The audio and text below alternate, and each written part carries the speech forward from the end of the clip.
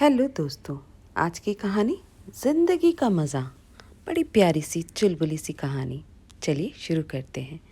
Mummy जी, ये लीजिए एक और रोटी। आपने तो कुछ ठीक से खाया ही नहीं। नहीं बेटा, मुझसे और रोटी नहीं खाई जाएगी। मेरा पेट भरा हुआ है। नहीं, और नहीं खा सकती। बहाना बना टेबल से उठ अपने कमरे में चली गई।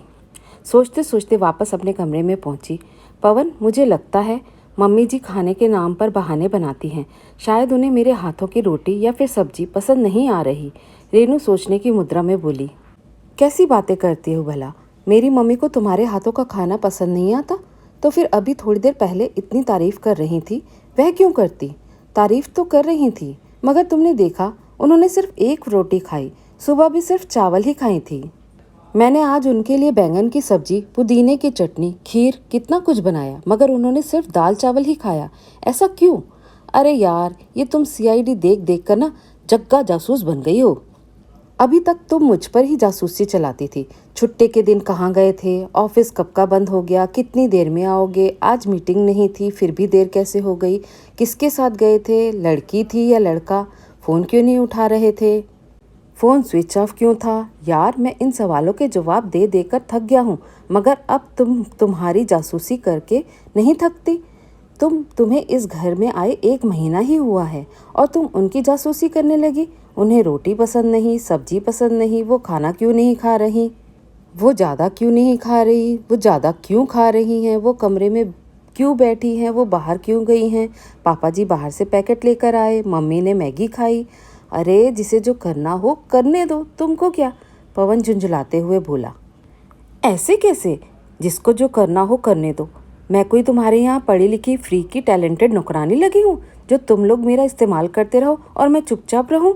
ये मेरा भी घर है, मुझे यहाँ सब कुछ पता रखना पड़ेगा। तुम अकेले घर के मालिक हो जो जाते हो और आते हो, और मैं वो रामू काका हूँ जिसे तुम कुछ नहीं बताओगे। मैं भी इस घर की मालकिन हूँ, मेरा भी पूरा हक बनता है जानने का। और तुम शादी के बाद अपनी मर्जी नहीं चला सकते, तुम्हारा कुछ मेरे प्रति भी फर्ज बनता है। खुद ही घूमते फिरते रहोगे अपने दोस्तों के साथ, या अपनी पत्नी को भी कहीं घुमाने फिराने ले जाओगे? और तुम अपना तो छोड़ो, मैं तुमसे निपटना अच्छे से जानती हूँ। पहले तुम मम्मी जी का केस बताओ। क्या वे पहले भी घर में ऐसे ही खाती पीती थी? जबकि मैं तो पूरा समय उनसे पूछ पूछ कर खाना बनाती हूँ। मुझे तो लग रहा है कुछ दिन से वह कमज़ोर नज़र आ रही हैं।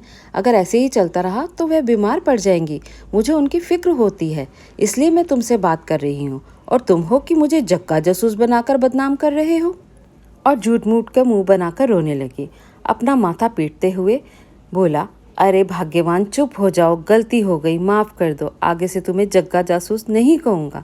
और मम्मी की अपनी खुराक है, बच्चों की तरह मुंह में ठूस कर ज़बरदस्ती तो नहीं कर सकते ना। और तुम क्या ये फालतू लेकर बातें बैठ गई हो?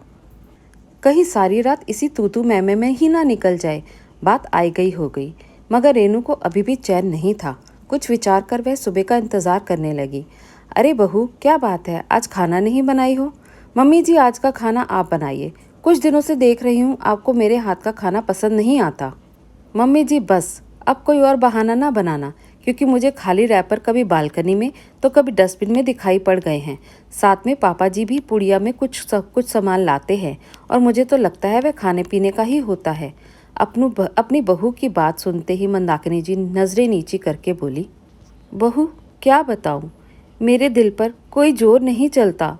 मुझे रोटी सब्जी के अलावा चटर पटर नाश्ता खाने की आदत है।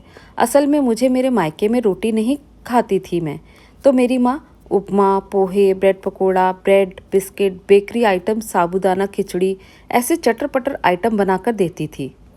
माना ये सब नाश्ते में खाए जाने वाला सामान है, मगर मुझे रोटी की जगह यही पसंद थे। मगर जब से शादी हुई, सासू माँ के राज में सब खाना छूट गया। उन्होंने रोटी सब्जी के अलावा कुछ अलग से बनाने के लिए साफ मना कर दिया।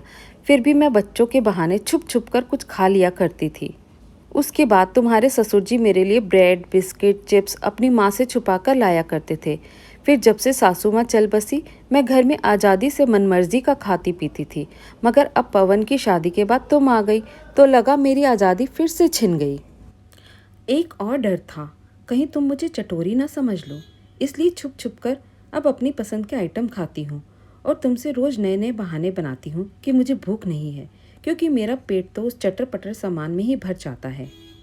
सोचा था ऐसे ही चलता रहेगा, मगर मेरी बहू ने जासूसी कर सब पता कर लिया। मंदाकिनी जी थोड़ी दुखी मन से बोली, हाय दैया मम्मी जी, बस इतनी सी बात, आप ये बात पहले कह देती तो आपको मुझको दोनों को ही बहाने ना बनाने पड़ते। मतलब? मंदाकिनी जी आश्चर्य से बड़ी आंखें कर बोली, मतलब ये कि मुझे भी कौन सा रोटी बनाना पसंद है।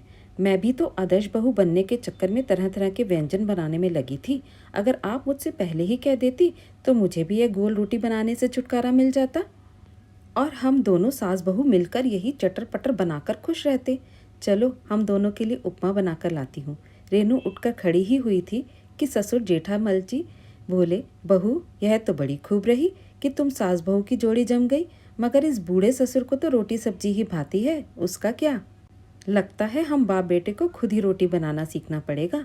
पापा जी आप चिंता ना करें, आप और पवन के लिए हम पूरा खाना बनाएंगे, मगर अब मम्मी जी को बहाने बनाने की ज़रूरत नहीं। उम्र कोई भी हो, दिल तो बच्चा है जी, और उस दिल पर जोर चलाने से वो दुखने लगेगा जी। इसलिए इस घर में जिसको जो जैसा अच्छा लगता है वैसा खाए।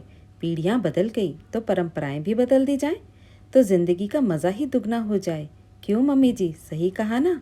हाँ मेरी प्यारी बहुरिया, बिल्कुल सही। धन्यवाद दोस्तों। कैसी लगी आज की ये चटर पटर सी कहानी? अगर पसंद आई तो लाइक और शेयर कीजिए। नए हैं तो चैनल को सब्सक्राइब करना बिल्कुल मत भूलिए।